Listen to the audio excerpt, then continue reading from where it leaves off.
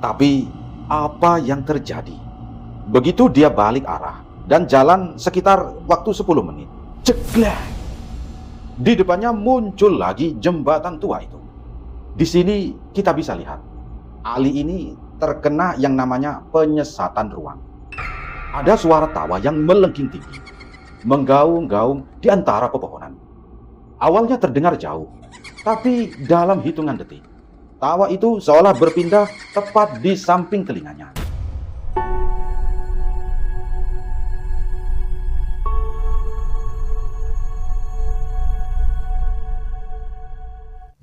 Assalamualaikum warahmatullahi wabarakatuh. Sobat CBF, balik lagi bersama saya Bang Fawa di channel Cerita Bang Fawa. Gimana kabar kalian sob? Semoga kalian ini masih tetap berani dan tidak suka nengok-nengok ke belakang kalau lagi nonton sendirian ya. Malam ini Bang Fawa punya satu cerita yang jujur ya, agak di luar nalar.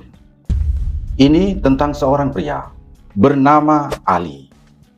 Si Ali ini tipikal orang yang kalau ada suara kriet-kriet di lemari, bukannya takut dan baca doa, tapi malah disamperin tuh lemari sambil nanya, siapa tuh? Nah, orang kayak Ali ini biasanya emang suka disukai sama mereka yang tak kasat mata, buat diajak main-main lah. Penasaran bagaimana ceritanya? Yuk kita langsung masuk ke dalam narasinya. Kenalin sob, namanya itu Ali siapa gitu. Ali ini karyawan di salah satu pabrik besar yang jadwal lemburnya sudah kayak jadwal minum obat. Rutin banget. Ali ini punya prinsip hidup yang simpel. Cari duit yang halal, kerja keras buat keluarga. Begitu prinsip hidup si Ali. Di rumah, Ali ini punya istri dan satu anak yang masih belia. Itulah alasan kenapa dia rela pulang larut malam. Demi susu anak dan masa depan anaknya. Katanya seperti itu. Kepribadiannya, wah, Ali ini sob, tipe orang yang logikanya sekeras baja. Dia nggak percaya sama yang namanya hantu, sundel bolong, atau tuyul yang suka curi duit receh.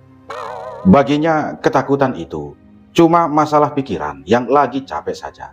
Begitu menurut pandangan Bang Ali. Tapi ya itulah sob, kadang-kadang sifat terlalu berani itu beda tipis sama yang sombong-sombong dikit lah. Di dunia ini kan gak ada yang sendirian kita ini. Pasti kita bersama sesuatu makhluk dari alam lain. Ada tetangga yang kita ini beda alam lah. Kalau kita bilang gak percaya, mereka suka ngerasa tertantang buat kenalan. Oh, gak percaya ya?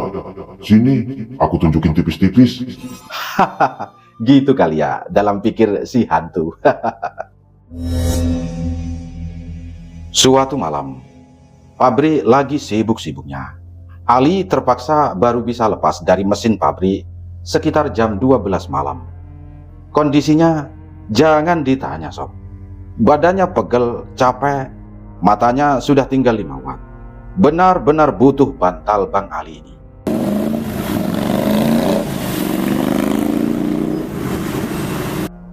Ali pun memacu motornya untuk pulang ke rumah.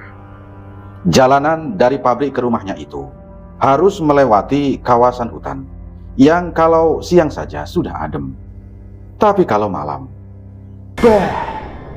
gelapnya minta ampun sob. Lampu jalanan ya jarang-jarang lah. Cuma ngandelin lampu motor yang mungkin sudah agak kurang. Tapi ya sebenarnya ada jalan yang agak rame tapi sedikit memutar. Dan itu membuat Bang Ali beranggapan bahwa jalan yang memutar itu sangat lama. Tapi kan masalahnya, ini kan malam hari. Kalau siang hari, lewat di jalan pintas tersebut, mungkin gak apa-apa.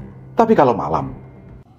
Nah, singkatnya di tengah perjalanan, Ali merasa ada yang aneh sob.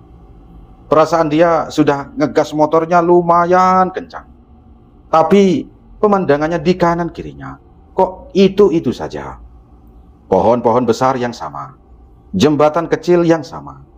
Bahkan bau suasana malam dilewati kayak berulang-ulang. Itu saja. Nih sob, kalau Bang Fawa di posisi Ali, begitu ngerasa lewat pohon yang sama 2 kali, Bang Fawa sudah pasti putar balik ke pabrik. Mending tidur di pos satpam kali ya. Tapi namanya juga si Ali. Dia malah mikir, wah, apa gara-gara ngantuk ya jalannya jadi berasa jauh? Padahal mah, aduh Ali, kamu itu kemungkinan lagi dikerjain itu. Kondisi setengah mengantuk bikin Ali ini makin emosi. Dia mulai menggerutu sambil terus megang setang motornya yang mulai terasa berat. Ini kenapa nggak sampai-sampai sih? Apa jalannya memang sejauh ini? Padahal bensin sudah mau turun 1 strip. Gumam Ali ketus. Akhirnya dia memutuskan berhenti di sebuah jembatan besar tapi tua. Dia mau cuci muka di sungai itu sekalian mau cek handphonenya. Pas dia buka layar HP-nya, Ali kaget bukan main sob. Astaga, sudah 1 jam lebih. Biasanya setengah jam sudah nyampe gang depan rumah. Ini kenapa saya masih di daerah sini saja ya? Ini jembatan yang tadi kan, kok sepi banget ya? Gak ada satupun motor lain yang lewat dari tadi. Begitu kata Ali. Nah, di sini poinnya Sobat CBF. Secara logika, 1 jam berkendara dengan kecepatan stabil, seharusnya Ali ini sudah mungkin sampai di rumah. Dan mungkin dia sudah lagi makan mie instan buatan istrinya. Tapi kenyataannya, dia masih terjebak di tengah kegelapan. Disinilah dimensi waktu seolah-olah ditarik atau diputar oleh penghuni setempat, sobat. Dalam istilah kita, mungkin Ali ini disesatkan. Ali berdecak kesal. Dirogohnya saku jaketnya. Lalu dimasukkannya kembali ponsel Nokia jadulnya itu. Itu loh sob, tipe HP sejuta umat yang saking kuatnya kalau jatuh ke lantai, lantainya yang retak. Ali merasa teknologi pun seolah nggak membantu sekarang. Sinyal nggak ada. Dan jam di layar HP itu seolah ngetawain dia. Karena waktu sudah menunjukkan jam 1 pagi. Tapi dia malah masih di situ-situ saja. Dengan emosi yang mulai naik ke ubun-ubun, Ali nyalain lagi motornya. Kali ini dia nggak mau pelan-pelan. Dia tarik gasnya dalam-dalam sampai mesin motornya itu menjerit. Dia mikir, bodo amat sama lu bang. Yang penting saya mah lewat dari hutan ini. Kata Bang Ali. Nih Bang Fawa kasih tahu sob. Kalian tahu kan, kalau orang lagi kesel, nyali itu biasanya emang lagi naik-naiknya. Tapi masalahnya, di tempat kayak gitu, semakin kita emosi, mereka itu semakin senang, kayak lagi nonton sirkus sob. Ali merasa sudah ngebut ala pembalap MotoGP. Tapi ternyata bensinnya berkurang. Jarak nggak berkurang. Kan rugi bandar itu namanya. Kantuk yang tadinya menggelayut, tiba-tiba hilang disapu angin malam. Rasa kesal Bang Ali ini berubah jadi rasa heran yang luar biasa. Matanya kini lebih cermat. Dia perhatikan satu persatu pohon yang dia lewati. Dan benar saja, jantungnya serasa mau copot. Aneh, aku sudah ngebut, tapi dari tadi nggak pindah-pindah. Tetap aja di tempat ini. Ini bukannya jembatan yang tadi ya? Gumam Bang Ali gemetaran. Dia pun mengerem mendadak tepat di titik yang sama. Benar-benar titik yang sama sob. Bahkan bekas ban motornya saat berhenti tadi masih tercetak jelas di situ. Saat itulah suasana berubah total. Suhu udara turun drastis. Dinginnya bukan lagi dingin angin, tapi dingin yang menusuk sampai ke tulang. Dan di saat yang hening itu, Ali merasa ada hembusan napas yang hangat di tengkuknya. Pelan, tapi nyata banget. Bulu kuduk Ali berdiri tegak. Rasanya seolah ada sepasang mata tak terlihat yang jaraknya cuma beberapa senti dari belakang kepalanya. Dia ingin menoleh, tapi lehernya kaku. Langit malam yang tadinya penuh bintang tiba-tiba tertutup kabut hitam pekat yang baunya amis, seperti bau bangkai yang sudah berhari-hari terkena hujan. Apa dari tadi aku cuma muter-muter di tempat ini ya? Atau memang aku nggak pindah-pindah? Kata Bang Ali. Ali mulai bergidik, putus asa. Dia pun coba putar balik. Dia pikir kalau tidak bisa ke rumah, mending balik ke pabrik. Tapi apa yang terjadi? Begitu dia balik arah dan jalan sekitar waktu 10 menit. Ceklek! Di depannya muncul lagi jembatan tua itu. Oke sob, oke. Di sini kita bisa lihat, Ali ini terkena yang namanya penyesatan ruang. Dalam dunia metafisika, ini biasanya terjadi kalau kita masuk ke wilayah mereka tanpa permisi. Atau ada yang sengaja pengen ngajak main-main kepada Bang Ali. Mau putar balik ke kanan, ke kiri, atau balik arah pun, titik koordinatnya ini sudah dikunci sama mereka.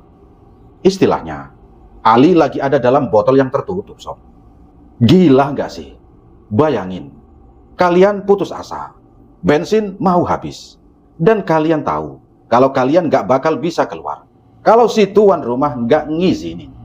Sialan, biasanya nggak seperti ini, kata Bang Ali dengan menggerutu. Suaranya parau karena takut. Di tengah keputusasanya, tiba-tiba sebuah suara memecah keheningan.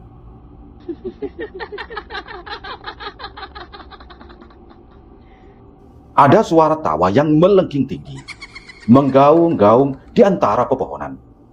Awalnya terdengar jauh, tapi dalam hitungan detik, tawa itu seolah berpindah tepat di samping telinganya. Ali membeku, matanya terbelalak menatap sebuah pohon beringin besar yang dahannya menjuntai ke arah jembatan. Di sana, di salah satu ranting yang bergoyang-goyang pelan, Ali melihat sesuatu, sob. Sesuatu yang berwarna putih, kusam, kainnya compang-camping, tertiup angin. Rambut hitamnya yang panjang dan kusut terjuntai ke bawah, berayun-ayun seirama dengan tawa yang makin keras itu. Ya Allah, itu apa? Itu apa? Ali berbisik. Suaranya hilang ditelan tenggorokan. Si putih itu tiba-tiba berhenti tertawa. Kepalanya yang tertutup rambut mulai bergerak pelan, menoleh ke arah Ali. Mau kemana, Bang? Buru-buru banget. Nemenin aku dulu di sini ya. Hihihihihi. Begitulah kata sosok putih-putih itu. Ali sebenarnya pengen teriak, tolong. Tapi dia sadar, ini di tengah hutan, di jalanan yang sepi, sob. Jangankan orang lewat, nyamuk saja kayaknya mikir 2 kali kalau lewat di situ. Waduh, sob. Kalau sudah ditanya, mau kemana, Bang? Sama yang rambutnya panjang begitu, itu tandanya dia sudah mulai bosan main petak umpet. Dan dia ini sudah mau main fisik saja, sob. Ngeri. Ali yang tadinya nggak percaya hantu, sekarang kayaknya lagi mikir. Kenapa dulu saya nggak percaya ya? Kalau gini kan saya nggak siap mental. Dan tepat saat Ali merasa nyawanya sudah di ujung tanduk, tiba-tiba suara klakson yang kerasnya minta ampun memecah keheningan jembatan. Ali melonjak kaget sampai hampir terjatuh dari motornya. Begitu dia menoleh, cahaya lampu kuning yang terang benderang menyapu sosok putih di atas dahan tadi. Sebuah truk pengangkut pasir tua melambat dan berhenti tepat di sampingnya, sob. Kaca jendela diputar. Muncul wajah seorang bapak-bapak supir yang kulitnya sudah keriput, tapi auranya tenang banget. Kenapa, Mas? Motornya mogok? Tanya supir itu datar. Ali yang masih gemetaran mencoba mengatur napas. Ini Pak, dari tadi saya cuma muter-muter saja di tempat ini dan nggak bisa keluar-keluar, Pak. Begitu jawaban Bang Ali kepada Pak sopir itu. Jujur ya, sob, kalau Bang Fawa jadi Ali, Bang Fawa bakal peluk itu bumper truknya. Masa bodoh lah, dikira aneh Yang penting ada temennya. Ali ragu-ragu saat menceritakan kejadiannya. Takut dibilang gila. Tapi respon si bapak malah bikin Ali makin merinding disko. Oh, itu memang sudah sering kejadian seperti ini, Mas. Bahkan biasanya sampai 2-3 hari baru ditemukan, kata si sopir santai sambil menyulut rokoknya. Si Ali mengernyit. Emang apa yang ditemukan, Pak? Tanya Bang Ali. Mayat, Mas. Kelaparan karena hilang di tempat ini. Disesatkan sama setan penunggu. Begitu, kata Pak Supir. Buset dah. Ini si bapak supir kalau ngomong gak pakai filter kali ya, Sob. Orang lagi ketakutan, malah dikasih info update mayat. Tapi di sini kita belajar, Sob. Ternyata wilayah itu emang sudah merah, alias zona rawan. Si bapak sopir ini kayaknya sudah kenang makan asam garam di jalanan itu. Makanya dia tahu betul kalau Ali lagi diincar buat jadi koleksi selanjutnya. Melihat Ali yang sudah pucat mukanya kayak kertas HVS, si bapak sopir akhirnya sadar kalau omongannya ini terlalu frontal. Dia langsung mengalihkan pembicaraan. Itu pasti Mas tadi tidak berdoa dulu waktu mau perjalanan pulang ya? Tanya Pak sopir. Ali cuma garuk-garuk tengkuk. Benar juga. Saking buru-burunya, dia lupa kalau keluar rumah, keluar pabrik, atau keluar di mana saja, itu harus minta perlindungan sama Yang Maha Kuasa. Terus gimana caranya saya keluar dari sini, Pak? Tanya Ali kepada Pak supir. Sudah, Mas ikut saja truk saya dari belakang sampai keluar dari hutan ini. Dan ingat, jangan berpikir kotor, jangan mengumpat dalam hati. Fokus saja sama lampu belakang truk saya, Mas, kata Pak sopir. Ali pun langsung nyalain motornya. Dia tidak mau jauh-jauh dari pantat truk ini. Di dalam hatinya, Ali terus membaca doa-doa yang dia hafal. Dari ayat kursi sampai doa mau makan pun dibaca oleh Ali. Saking paniknya, Sob. Tapi ada satu yang aneh. Ali merasa truk itu jalannya kencang banget, Sob. Tapi suaranya tidak kedengaran sama sekali. Kayak suara mesin yang direndam. Kayak suara motor listrik. Dan perjalanan yang tadi terasa berjam-jam, tiba-tiba berakhir begitu saja. Begitu mereka melihat gapura perbatasan hutan dan lampu-lampu di pemukiman penduduk, Ali merasa beban di pundaknya langsung hilang. Dia merasa lega. Dunianya sudah kembali normal. Ali meminggirkan motornya, mengklakson sepeda motornya, berniat mau turun dan bilang terima kasih kepada bapak supir. Tapi begitu Ali ngerem dan mau manggil bapak supir, truk pasir itu tetap melaju terus. Anehnya, dalam hitungan detik, lampu merah di belakang truk itu tiba-tiba meredup. Dan plus, truk besar itu hilang begitu saja di jalanan yang lurus. Padahal tidak ada belokan sama sekali, Sob. Sesampainya di rumah jam 3 pagi, Ali langsung tidur meringkuk kayak kucing kedinginan. Paginya di pabrik, dengan muka yang sudah kayak zombie karena kurang tidur, Ali menceritakan ke sahabat kentalnya bernama Irawan. Bukannya dapat simpati atau dipupuk, si Ali malah dapat pujian yang luar biasa jujur dari Irawan. Lagian, bisa-bisanya kamu lewat jalan itu, Li. Padahal biasanya kamu lewat jalan memutar yang lebih ramai dan halus. Kok tumben otakmu agak geser milih jalan situ? Irawan ngomong tanpa dosa. Ali cuma bisa bengong sambil nyeruput kopinya. Ya, mana aku tahuan kalau jalan itu angker. Niatnya mau cepat sampai rumah biar bisa rebahan. Malah diajak tawaf di jembatan, kata si Ali. Emang ya, Sob, kalau sudah urusan mau cepat sampai, logika kita itu suka ketinggalan di parkiran. Si Ali ini, contoh nyatanya, niat mau hemat waktu 15 menit. Malah tekor 3 jam diputar-putar oleh setan. Makanya sob, dengerin kata Bang Fawa ini. Jalan jauh tapi ramai, itu berkah. Jalan pintas tapi gelap, itu ya bisa jadi musibah. Wajah Irawan tiba-tiba berubah serius. Dia mencondongkan badannya ke arah Ali. Li, asal kamu tahu ya, jembatan itu emang udah terkenal. Orang sini menyebutnya jembatan bingung. Siapapun yang lewat sana tengah malam sendirian, bakalan dibuat muter-muter. Nggak bisa keluar sampai mereka bosan mainin kamu. Tapi yang paling ngeri nih Li, 6 bulan lalu ada supir truk pasir ditemukan meninggal di sana. Kondisinya mengenaskan Li. Tubuhnya kering, kayak kekurangan cairan setelah hilang 4 hari. Padahal motor atau kendaraannya ada di situ. Tapi orangnya nggak bisa kemana-mana, kata Irawan. Mendengar itu, Ali langsung lemes. Gelas kopinya hampir lepas. Dia teringat wajah bapak sopir truk yang nolongin dia semalam. Wajah keriputnya, tawanya yang hambar, dan cara truk itu menghilang di kegelapan. Jadi, yang semalam itu, apakah dia ya? Batin si Ali. Nah, lo, gimana perasaan kalian kalau jadi Ali sob?